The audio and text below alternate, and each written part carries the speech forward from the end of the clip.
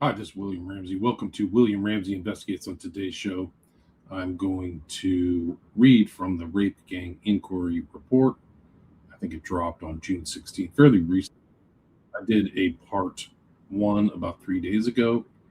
And in the time in between, I read that report for about an hour, 30 pages.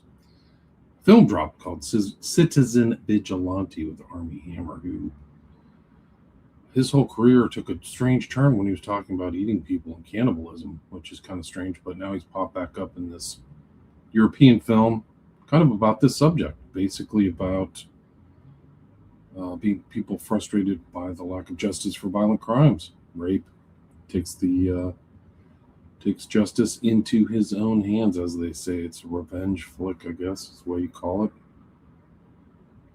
About political correctness, censorship, etc. So it is interesting, but the timing is, I guess, fortunate for them because it's been released right around the time of this investigative panel document, the rape report. So I'm going to read from that again, pick up where I left off. And like I said, my suggestion to you is to go back to episode 1 if you haven't heard that part, because this will be episode 2. And my intent is to finish all these. It'll probably take me 8 episodes, maybe total, something like that. But it's pretty brutal, very graphic. But the numbers they said was 250,000 rapes. It's just incredible. This is white slavery. The terminology has kind of been dumbed down and manipulated, but there are parallels between this and Epstein, where the women are trafficked, but there's no discussion of monies, like what's exchange of value. You don't hear that about Epstein, but there has to be some kind of form of exchange, and I think it's the same thing with these women. They are trafficked. I believe they're trafficked. They're not. I could be wrong. My assumption is that there's some type of bargain for exchange between the trafficker and the Johns or whoever's engaged in exploiting these girls. So here we go. Yes, check out Citizen Vigilante if you want. I don't even know if it's streaming or anything. I guess the director Uwe Boll is kind of a notorious guy, but I have not seen it, so I wouldn't know. Okay, Fiona. Fiona grew up in a highly abusive household marked by domestic violence, severe emotional abuse, and repeated suicide attempts by her mother, which Fiona witnessed. Despite exceptional academic ability, she developed serious mental health difficulties, self-harm behaviors, and suicidal ideation from a young age. After escalating abuse and failed disclosures, Fiona entered care at the age of 13. She was placed in a children's home that had already been identified as high risk for sexual exploitation, and in a television documentary prior to her arrival. Well, that's not good.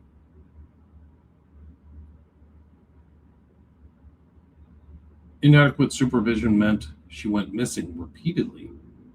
At 13, she was groomed by adult Pakistani men who she estimates were aged between 24 and 45.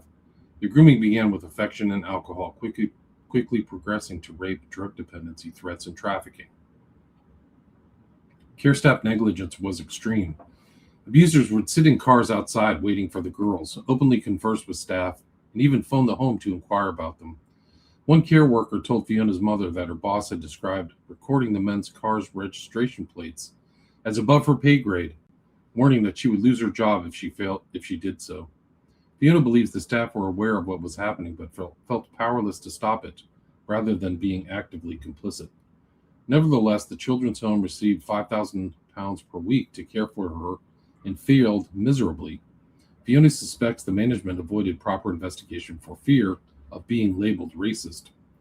Only the police took any formal action, issuing harboring notices to the men, official warnings stating they had no permission to associate with, contact, or house a vulnerable child.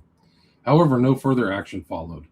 When Fiona's mother called the police to report her daughter missing and mentioned a history of abuse by Asian men, the call handler told her, "You can't describe them as Asian men because that's racist. You should just be glad your child's being taught a different culture." So it is about culture.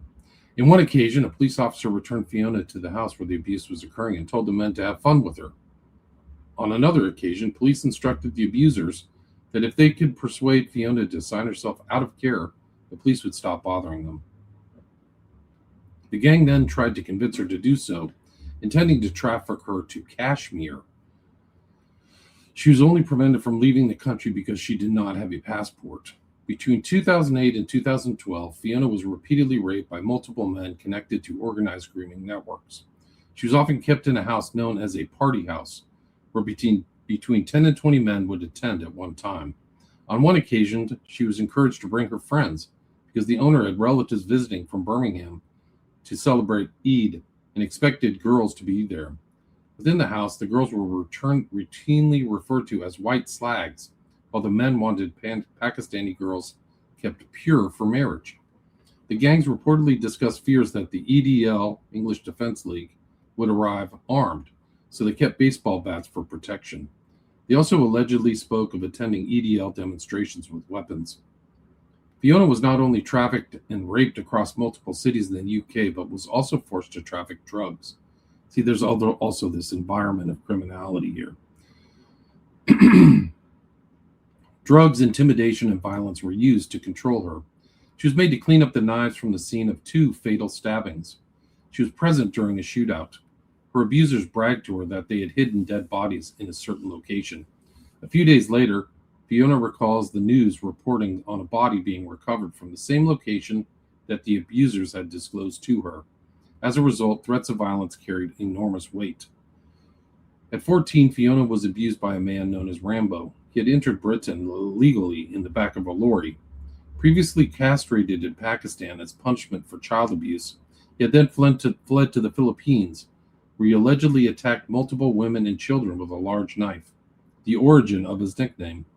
Rambo was locked in a room with 2 girls and subjected them to extreme sexual torture. This case illustrated that, in some instances, the sexual abuse of children was driven more by humiliation and control than by sexual gratification. At 15, Fiona became pregnant while in a mixed-sex care home. Her son was later removed and adopted due to the ongoing exploitation risks. Yet Fiona herself was left in the same dangerous environment. The abuse continued into her adulthood. It only stopped when she turned 18, leaving her with profound physical and psychological trauma, including PTSD, substance dependency, and long-term health damage. Fiona states that the greatest harm came not only from the abusers, but from institutional disbelief, neglect, and punishment that actively enabled the ongoing exploitation. In total, she estimates she was abused by between 50 and 100 men. Of those, only 2 were not Pakistani. Fiona: I was beaten regularly. I was drugged, filmed being raped, and the footage was distributed. I sustained broken bones, facial injuries, and severe trauma. I was subjected to racial abuse in the community and blamed by families of perpetrators. Michelle. Michelle was physically abused in childhood by both her mother and stepfather. Her mother had multiple partners throughout Michelle's childhood, many of whom also abused her, some sexually. She believes this early experience created an association between abuse and love, leaving her particularly vulnerable. From the age of 13, she was groomed by 3 adult Pakistani brothers who supplied her with alcohol, cigarettes, and drugs. She was raped while intoxicated, including one occasion when she was taken upstairs while her sister tried to intervene. Because of her upbringing, she thought this was normal, that they were her boyfriends and that they loved her. She would go missing for extended periods and was subjected to repeated daily sexual abuse. The perpetrators would collect her from school, her home, and public places, using threats of violence to coerce and control her. At age 14, she was gang raped and beaten by 3 men who had locked her in a house. She was left covered in cuts and bruises, which alerted a friend. The friend told her own mother, who then contacted Michelle's mother. The police were called, but they claimed that there was little they could do without more evidence. One of the gang members later forced Michelle to go to the police station with him to retract her statement. The police accepted him as an appropriate adult, a role normally reserved for a parent, close family member, social worker, or trained professional. The investigation was subsequently dropped. One of Michelle's friends, who lived in a care home, would be collected directly outside by the same gang. Care staff would call the police, but officers reportedly referred to the girls as prostitutes, despite them being children. Both social services and the police, Michelle says, failed to understand the situation and believed the girls were engaging in the activity by choice. As a result, little was done to intervene. When she was abducted and went missing, no one came looking for her. A social worker once told her that, at age 14, she would be allowed to live with her 30-year-old boyfriend as long as they did not share a room. Michelle was raped in bin sheds, threatened with a knife, and forced into sex with multiple men waiting in cars. She was drugged, beaten, burned with cigarettes, locked in rooms, and passed between men. An amusement arcade was used as a front for drug dealing and the sexual exploitation of children. She became pregnant 4 times as a child as a result of rape, leading to miscarriages, 1 abortion, and 1 surviving child. Of her abusers, she states, 98% of them were Pakistani Muslim. If not, they were Iraqi Muslim or Kurdish.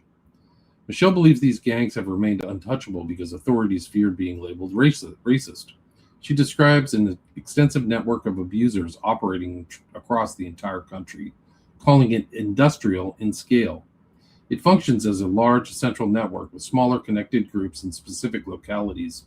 Michelle claims she was raped by between 600 and 700 different men over the course of 3 years. Wow.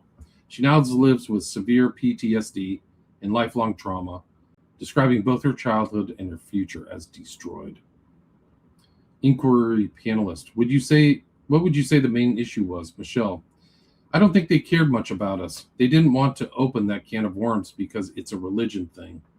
I'd probably say 98% of them were Pakistani Muslim. If not, they were Iraqi or Kurdish.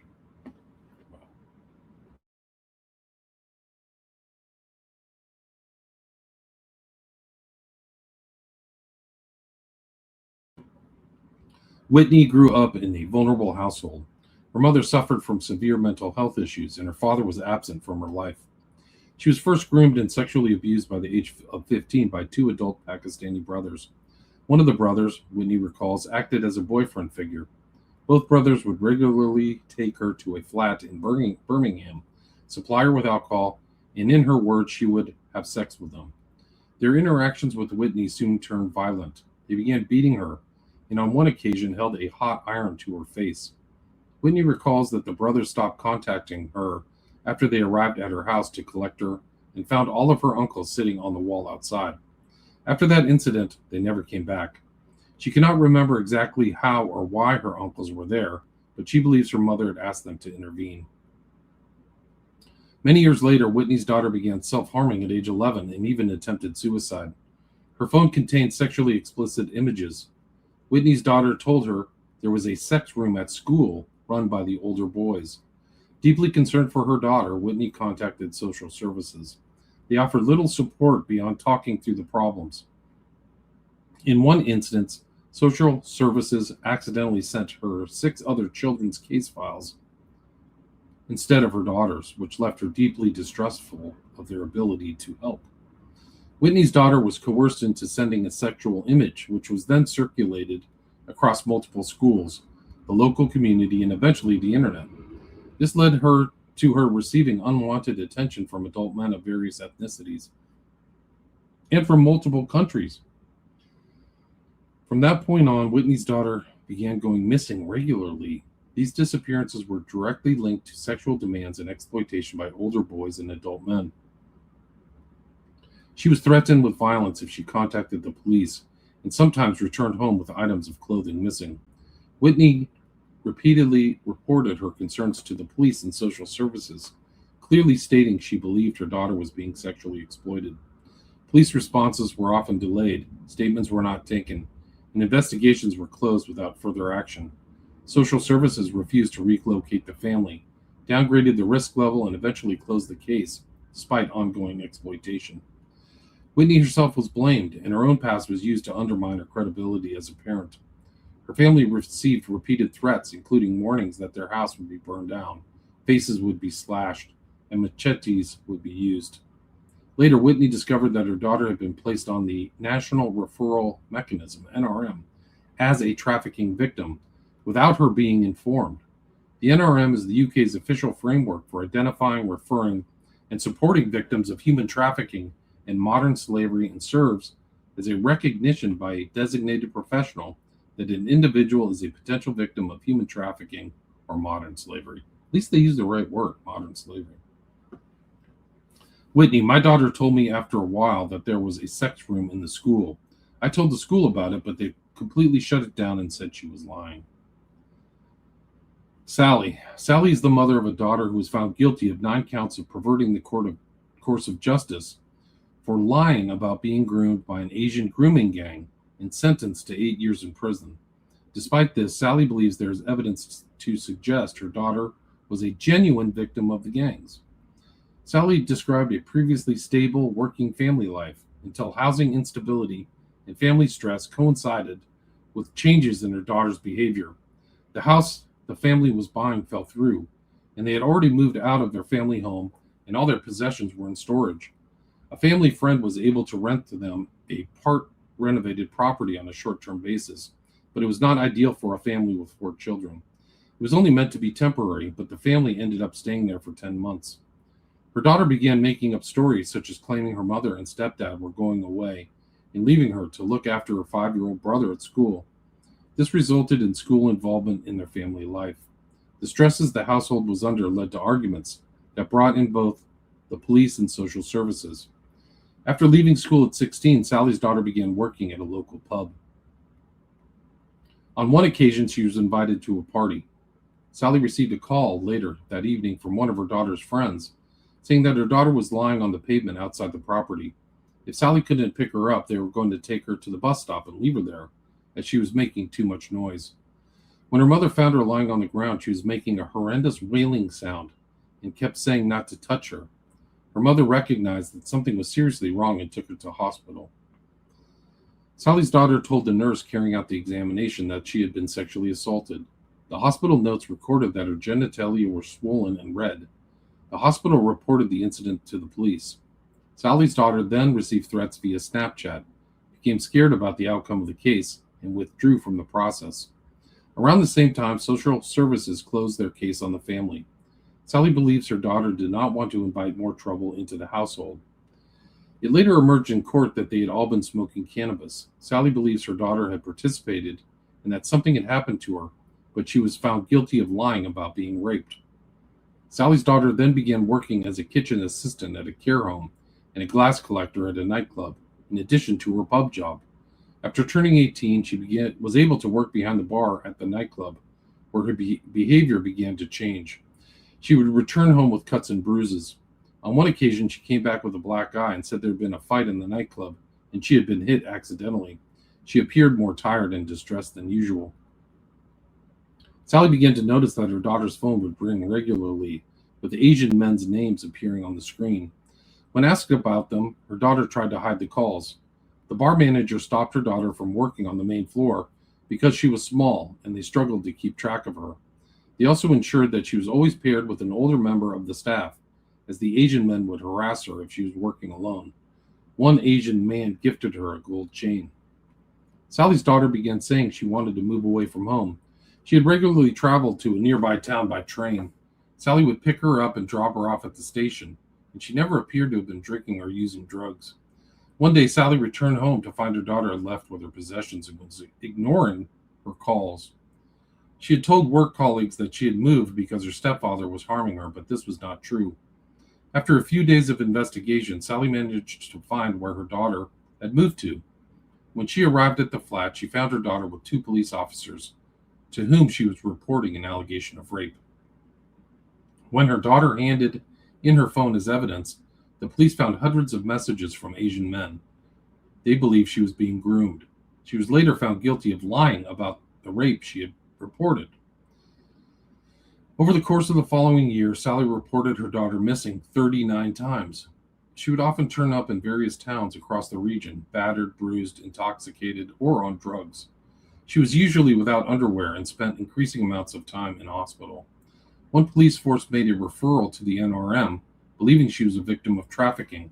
Another police force repeatedly arrested her and seized her phone, which meant the referral agency could not contact her as her number kept changing. One incident involved Sally's daughter being locked in a room above an Indian restaurant, with a man refusing to let her leave. The police ignored it, believing she was lying. Another incident involved an Asian man following her, trying to grab her and take her away. Thankfully, she was with her sister and friends, who quickly put her in a taxi and sent her home. That same man was later arrested for breaking into a woman's house and sexually assaulting her while she slept.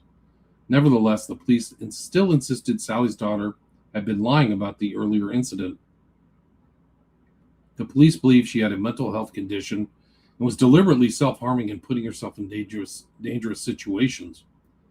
They wanted to have her sectioned, but a doctor disagreed, noting that she still had capacity.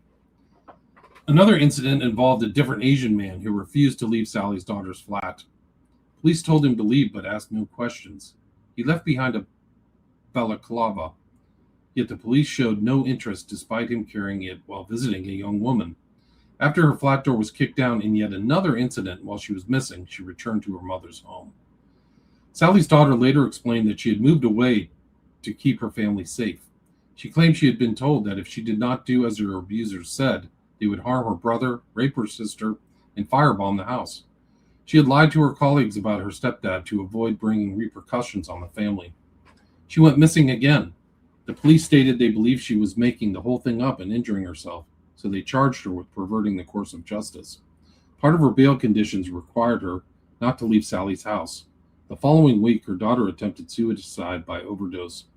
She went missing one final time and was found in a field with injuries to her head and ear, a severed finger, and numerous cuts and bruises. Following this, she wrote a post on Facebook alleging that she had been a victim of grooming gangs. The post went viral.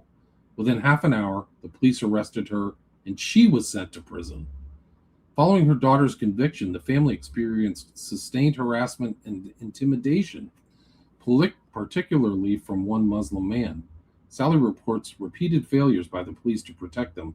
She believes her daughter was a vulnerable young woman who lied at times, but nevertheless was groomed. Wow.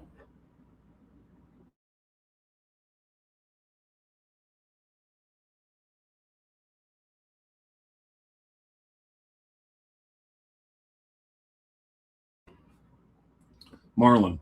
Marlon is the father of a daughter who is a repeated victim of grooming, as well as being repeatedly failed by authorities. Marlon reported his 14-year-old daughter Scarlett missing a number of times because she was being groomed and exploited. The police informed social services that what Marlon was doing was appropriate. It was acting to safeguard his daughter. However, social services did not accept the police's assessment and instead dragged out the investigation for 3 months. During that time, his daughter disclosed concerns to her school, which resulted in social services attending Marlon's home. While his daughter was present, they told him that if he tried to stop her from leaving the house, she should call social services or the police. Social services undermining his parental authority resulted in her missing episodes escalating dramatically. Social services effectively gave her permission to go missing, and the case was then closed without meaningful intervention. Marlon placed a formal complaint to social services stating he was struggling to cope with his daughter's missing episodes. The social worker assigned to him following this openly stated to him that they were only taking the case because of his complaint. This made him feel like the problem rather than a parent concerned with safeguarding his daughter from abuse. On one occasion, Marlon stood in front of the door to prevent his daughter from leaving late at night, resulting in her repeatedly kicking him and breaking 3 of his fingers. He reported this to social services, who simply stated he should walk away when she becomes violent. Even after showing them the bruises on his back that he received as he walked away, they did not change the advice they gave. Marlon remains convinced that if his child were male and he were female, the response would have been different. Marlon would often spend his evenings driving in search of his daughter until 3 or 4 a.m. while having work the following day, which his employer was not supportive of. He often reported her missing to the police, who would sometimes turn up to his house many hours later. On one occasion, he saw footage of the police saying not to bother even waking him. This made him feel more like a problem rather than it being the safeguarding emergency that it was. Scarlett was unlawfully excluded from school due to grooming related behavior and assigned a new school where the grooming gang operated. A multi agency risk management meeting was eventually convened with Children's Services and the police's missing from home team. While the meeting was ongoing, one of the police officers in attendance told Marlon to stop reporting his daughter missing. Marlon challenged this, which resulted in the police officer shouting at him in front of all in attendance. The officer has since been dismissed. The social worker and manager present did not intervene but privately acknowledged that he was right to continue to report his daughter missing. They refused to launch a formal complaint against the officer. Shortly after this, his daughter went missing for several days and was eventually found at Marlon's mother's house, unkempt, distressed, and stating that she had been raped. Care staff returned her to the location of the rape, thereby destroying forensic opportunities, and failed to report it to police until days later. Marlon had to make his own referral to the Rape Crisis Center, by which time forensic evidence was lost. The perpetrator was arrested but bailed with the condition not to contact Marlon's daughter. Immediately upon leaving the station, he called her and threatened her life. He was an adult and drug dealer, and his associates soon began attending Marlon's home. His daughter was terrified of them. An older woman began to groom and manipulate Marlon's daughter under the guise of friendship. After another missing episode, Marlon was able to trace his daughter to a specific property. Despite repeated calls and reports of men entering the property, both police and social services failed to remove her or issue an abduction warning notice. His daughter was later found to be the victim of criminal exploitation, including drug supply, prostitution, and being forced to dig up a firearm. These acts were directed by the older woman, amongst others. At this point, the impact on Marlon was catastrophic. He was physically exhausted, anxious, depressed, and lived in constant fear. He was attacked by masked individuals in his home, with the police response delayed and dismissive. Marlon's daughter was eventually taken into secure care, where she was subjected to further abuse, including sexual abuse by staff and other children, neglect, and safeguarding failures. Marlon made multiple complaints. At a court hearing, social services attempted to place his daughter on a child protection plan for emotional abuse and neglect by Marlon himself. However, the judge intervened and ordered this to be amended and to be recorded as beyond parental control. Marlon's daughter continued to be moved between unsuitable placements. She was groomed repeatedly, trafficked, forced into drug supply, and raped by adult men.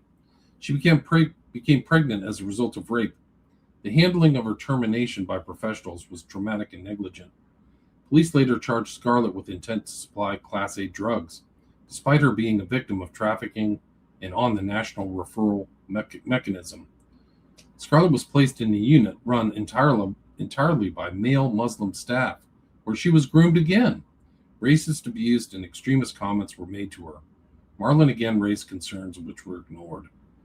Despite his repeated attempts to help his daughter, he has experienced many instances of violence from her as a result of the trauma and grooming. He has experienced many assaults, received black eyes, and had to sleep barricaded in his room. He repeatedly requested domestic abuse support, but was refused because he was a male parent. He has been forced to complete parenting courses and blamed for his daughter's abuse. The whole experience has harmed Marlon financially, emotionally, and psychologically. He states it has destroyed his life. He is no longer the person he used to be. Marlon's case highlights that parents can also be victims of both grooming networks as well as widespread institutional failure. Good point. If you would like to hear Marlon's story in greater detail, he has recently published a book about his experiences titled In Plain Sight, published 2026. Marlon. Scarlett went missing again for several days.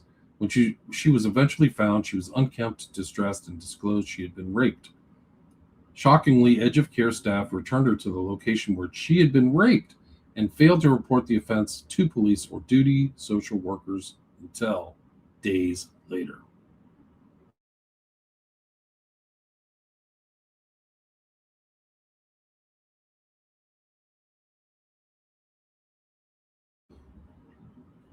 Why are you paying taxes? Wallace. Wallace's early childhood in Scotland was marked by poverty, instability, and a lack of consistent adult protection. His mother suffered from mental health and substance misuse problems. She struggled to comprehend the situation she put her son in and often failed to intervene, which allowed Wallace's abuse to continue. Wallace's mother psychologically and emotionally abused him throughout his childhood. From a young age, adult men moved in and out of his life, and he was encouraged to refer to them as dad or uncle. This made it seem normal that adult men would be around him as a child. He was moved around many different home environments and learned to accept situations without question. His early experiences made him believe that adults could enter his personal space without consent, that fear should be tolerated, and that he had no control. Wallace's earliest memory of abuse occurred when he was 4 or 5 years old, when an adult came into his bedroom at night and got into bed with him. He could not identify who it was, but instinctively knew it was wrong. His main abusers were his mother's partner and the partner's brother, who both exercised authority over Wallace and were treated as trusted adults. They were connected to a biker group in the area.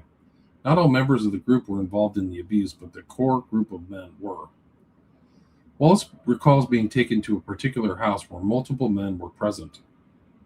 It had a dark atmosphere, lit by candles, possibly snake-shaped candle holders placed near the fireplace. The setting felt deliberate and staged.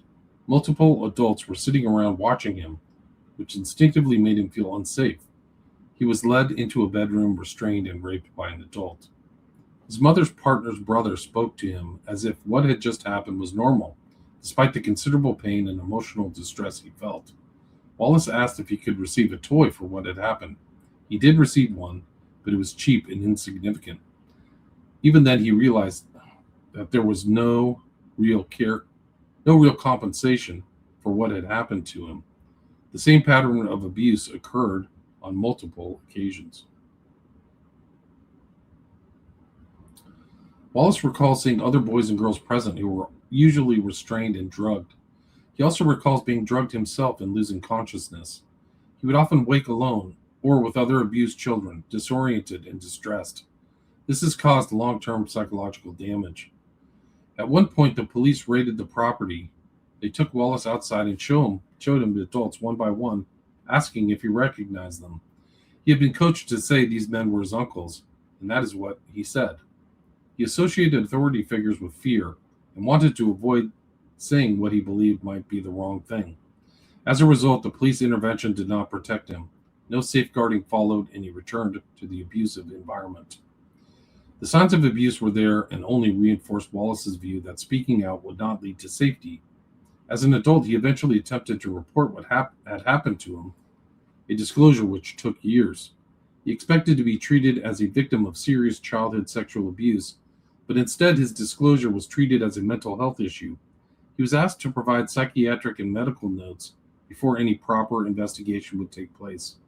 The lack of seriousness from the authorities resulted in Wallace's statements being recorded improperly. Due to this experience, he made complaints to the police, to professional bodies including the General Medical Council, and to other oversight organizations. Each process was slow, fragmented, and obstructive, and continued for years without resolution. During this time, he was forced to relive his experiences repeatedly while being met with skepticism. At no point was his well-being considered, which further compounded his trauma, as he once again felt dismissed, disbelieved, and unprotected.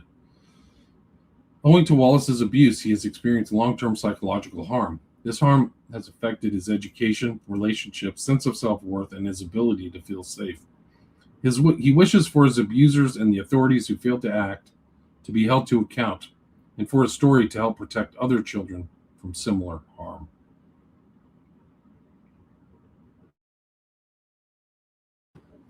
Sebastian.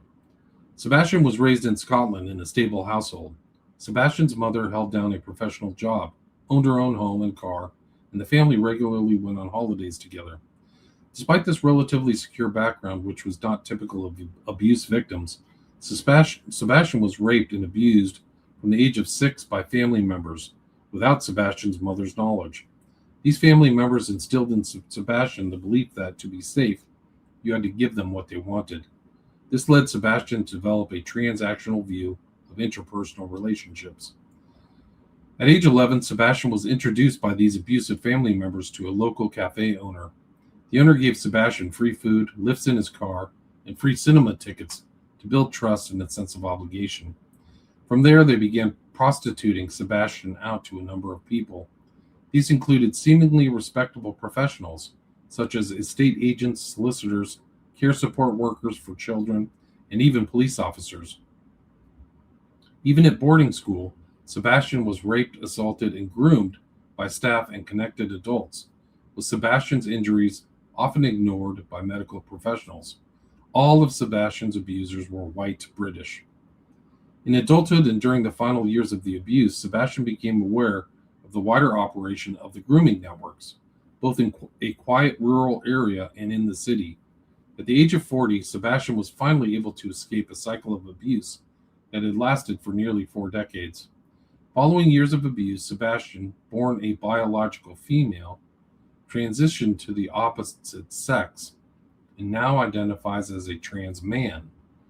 Sebastian transitioned socially at 41 and medically at 48. However, when describing the abuse experienced as a child, it remains important for Sebastian to recognize that these events occurred while living as a girl and perceived as such. Sebastian acknowledges that this transition was, at least in part, a consequence of the abuse experienced, and feels safer from further abuse when presenting as a man. Sebastian recognizes the profound impact trauma can have on a person's life and believes that different people find different ways to cope. For some, that may mean choosing a particular career or relationship or making unhealthy choices by using substances or alcohol. For Sebastian, transition and finding peace in being Seb became the pathway to recovery. Sebastian describes healing from trauma as a form of transformation. For Sebastian, that transformation has involved a change in personal identity and finding a sense of safety never known while living as a female. Sebastian understands that others may not fully understand the paths people take to cope with trauma, but hopes that they, at the very least, they will try to understand. Sebastian now advocates for other survivors with the aim of protecting vulnerable people and helping to develop local measures to prevent child abuse.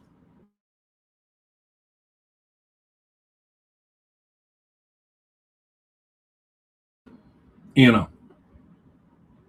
Anna was raised in a stable middle-class household with both parents present. She first experienced abuse at the age of 13 by a perpetrator who was almost 18, whom she met through friends. He began their interactions with what is known as love bombing.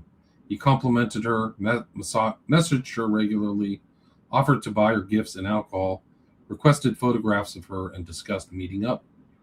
They arranged to meet at a local bus stop and go into town. At the last minute, he changed the plan and asked Anna to meet him at the end of a path in a nearby woodland. Upon arrival, his demeanor was cold and aggressive. He demanded that Anna perform oral sex on him and threatened to tell people she knew that she had sent him explicit photographs and that they had already had sex. Feeling threatened and fearful, she complied. Unbeknownst to Anna, he had covertly recorded the incident. A few days later, multiple men added her on Snapchat and began mocking and taunting her. The perpetrator himself sent Anna the video, laughed, and told her he had shared it with his boys and brothers, leaving her feeling humiliated, fearful, and traumatized.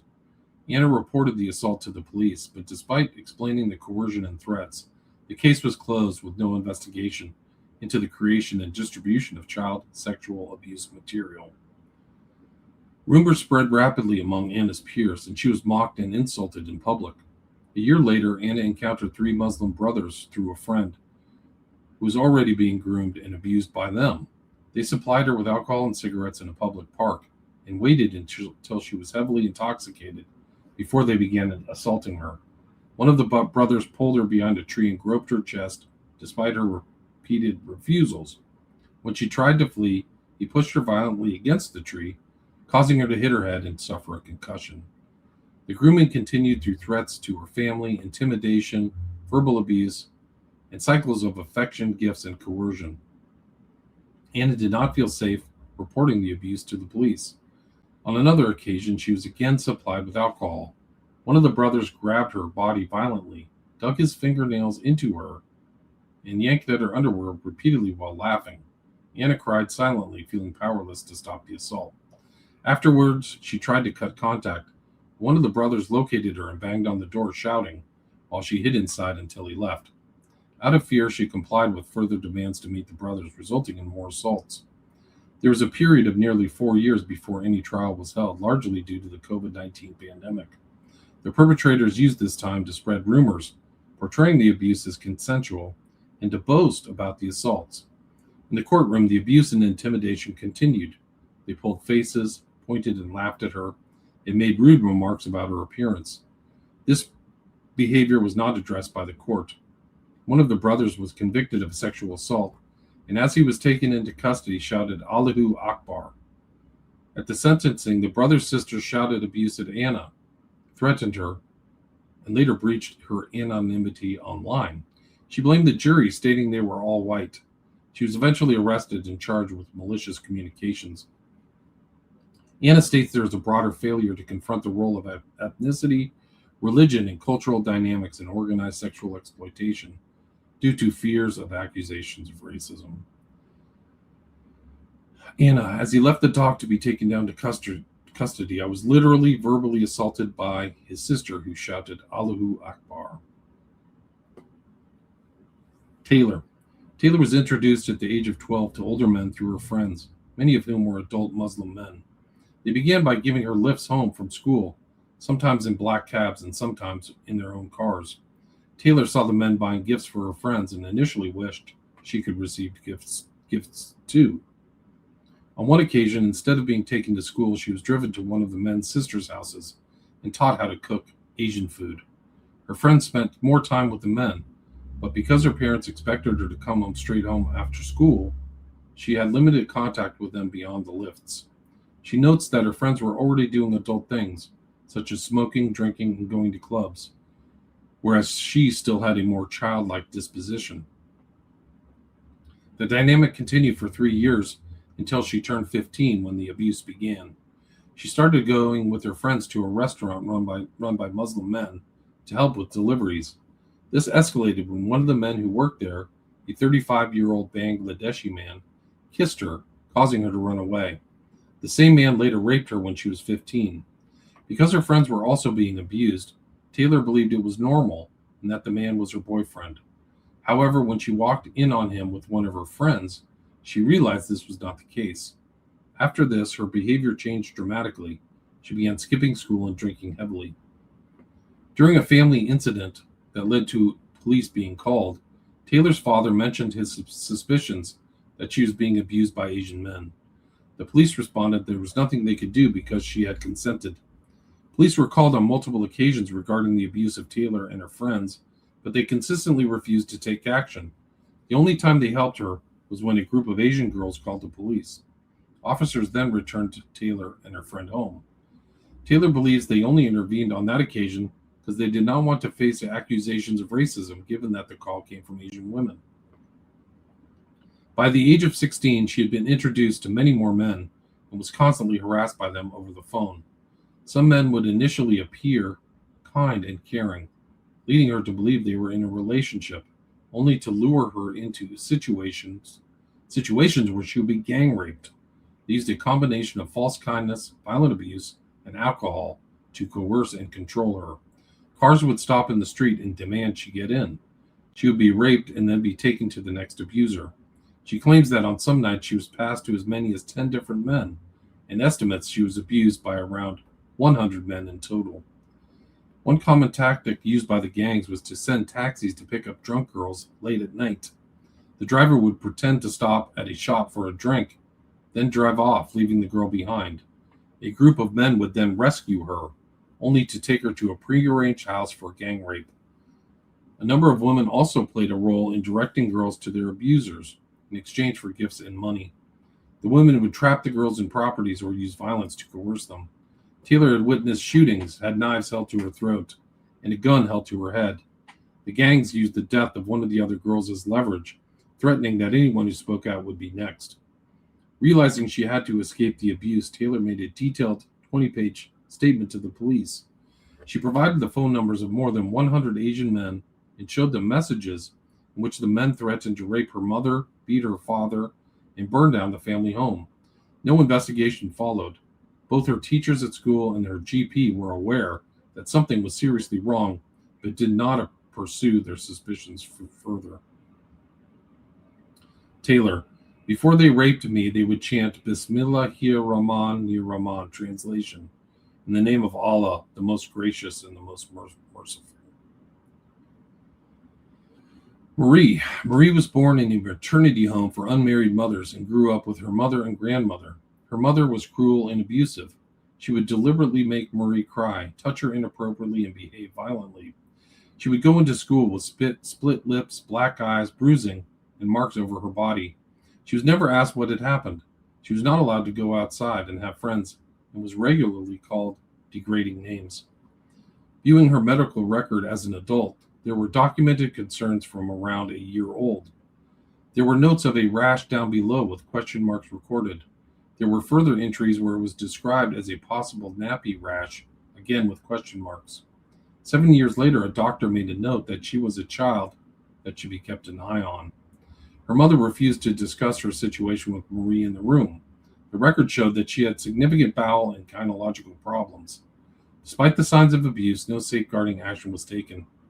From around the age of 7, Marie's mother's partner began grooming and sexually abusing her.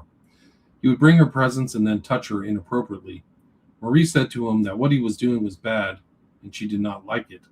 He told her that her mother had told him it was allowed. Her mother would ask Marie how she got on with him, demand she had thanked him properly, and would threaten to get angry if not. She was complicit, and the abuse continued for many years. Her mother would deliberately shame her. When Marie began to menstruate, she thought she was dying, but her mother told her periods were what dirty girls had. She deliberately gave her sanitary pads that would leak so she could shame and punish her. If she had a spot on her face, she would put a large blob of germoline on her face and tell her not to remove it, otherwise people would not know she was dirty. When she was unwell, her mother would get her partner to vapor rub on her chest. Her mother would soak her underwear in bleach and make her wear it, which still causes Marie discomfort to this day. In one instance, her mother and her partner forced a bottle inside her, which was painful. Her mother would attach clothes pegs on her clitoris to see how long Marie could last. Marie's mother also groomed her for others, and she had to share a bed with her. Marie was taken to another man's house by her mother's partner where she was raped. He began to traffic her to other perpetrators he knew through his work that operated like an organized group or gang. She became pregnant as a product of her abuse. On 2 occasions, her mother took her to a woman's house. There, the woman used a knitting needle to perform abortions. The woman's husband also raped her. She had bottle tops opened up inside of her vagina, then made to drink what was in the bottle when she was primary school age. There were instances where she ran into members of her grooming network who would lure her to a secluded location and rape her. The abuse she experienced included extreme sexual violence and degradation. She was raped repeatedly over the years, including anal rape. She was subjected to penetration with objects. She was urinated on. Her legs were held open. She was bitten on the back, cut on the leg, and strangled. She has lasting injuries. Marie attempted to end her own life at school by walking in front of a van. At college, she drank a bottle of vodka and took a box of tablets in an attempt to kill herself.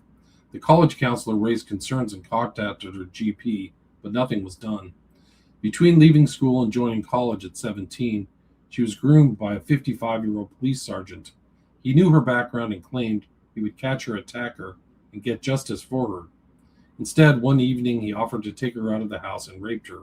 He went on to rape her on another occasion. Upon becoming an adult, she went to a woman's aid refuge for safety. They moved her to a safe location. On one occasion, her mother and partner went to the women's aid office, but they refused to give them information and introduced additional measures to protect Marie. While in the safe house, she miscarried, a product of her mother's partner. Following this, Marie drunkenly called her mother and told her what had happened. Even after explaining who impregnated her, her mother said We would have loved a baby in the house. She went to the police in recent years and told them that she was a survivor of child sexual abuse, and they told her to go away and sort her head out. None of the perpetrators have been brought to justice. Wow. That's brutal stuff, man. This is a brutal situation. It's just really something else. There's so many of these stories, but this is page 62, so I'll stop the transmission now. I may do another one today, but that's part 2 of the Rape Gang Inquiry Report. Very important, very salient. Coming to a neighborhood near you guys, because I can tell you that a lot of the police here in the United States are going to act like these people in the UK. So, and I'm not optimistic. So, sorry that you had to listen to that, but it's important. These things are happening. It's all, hushed about. It's all covered up. So you don't know these stories. They're not talked about. So it's very important to people realize the enormity of the situation, which is immense. It's just incredible. It's just off the charts. At a baseline, 250,000 rapes. This is a drop in the bucket. What I'm covering. Thanks for listening.